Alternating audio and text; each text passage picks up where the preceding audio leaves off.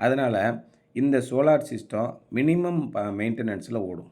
இப்போ நீங்கள் உங்களுடைய வேலை வாடிக்கையாளராக நான் என்ன பண்ணணும் அப்படின்னா, இந்த சிஸ்டத்தை நல்லா பராமரிக்கணும் அப்படின்னா மாதத்துக்கு ஒருக்க சோலார் பேனலை போய் கண்ணால் பாருங்கள். இது போதும். இதில் தூசி அதிகமாக இருந்துச்சுன்னா தண்ணி வச்சு க்ளீன் பண்ணணும். இப்போ இந்த மாதத்தை எடுத்துக்கோங்க. செப்டம்பர் மாதத்துலேருந்து பிப்ரவரி மாதம் வரைக்கும் மாதத்துக்கு ஒரு மழையோ 2 மழையோ எப்படியோ வந்துடும், க்ளீன் ஆகிடும். இப்போ நீங்கள் 6 மாதமும் க்ளீன் பண்ணவே வேண்டியதில்லை. அதுக்கப்புறம் பிப்ரவரி மாதத்துலேருந்து ஜூன் மாதம் வரைக்கும் மட்டும் 2 முறை க்ளீன் பண்ணிங்கன்னா போகும். ஆக வருஷத்துக்கே 2 முறை சோலார் பேனலை க்ளீன் பண்ணிங்கன்னா வருஷம் முழுமைக்கும் நம்ம வீட்டுக்கு தேவையான, கடைக்கு தேவையான அவ்வளவு மின்சாரத்தை உற்பத்தி பண்ணக்கூடிய சோலார் சிஸ்டம் எவ்வளவு பயனுள்ளதுன்னு பாருங்கள்.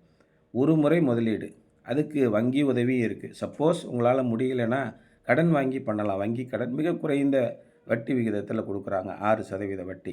பெரும்பாலும் நேரடியாக பண்ணிடுறது ரொம்ப விரைவாக வேலையை முடிக்கிறதுக்கு பயனுள்ளதாக இருக்குது. ஆகவே நீங்கள் நேரடியாக முதலீடு பண்ணி சோலார் சிஸ்டம் போடணுன்னாலோ, வங்கி கடன் உதவி மூலமாக போடணுன்னாலோ எல்லா விதத்துலேயும் நாங்கள் உங்களுக்கு உதவி செய்கிறோம்.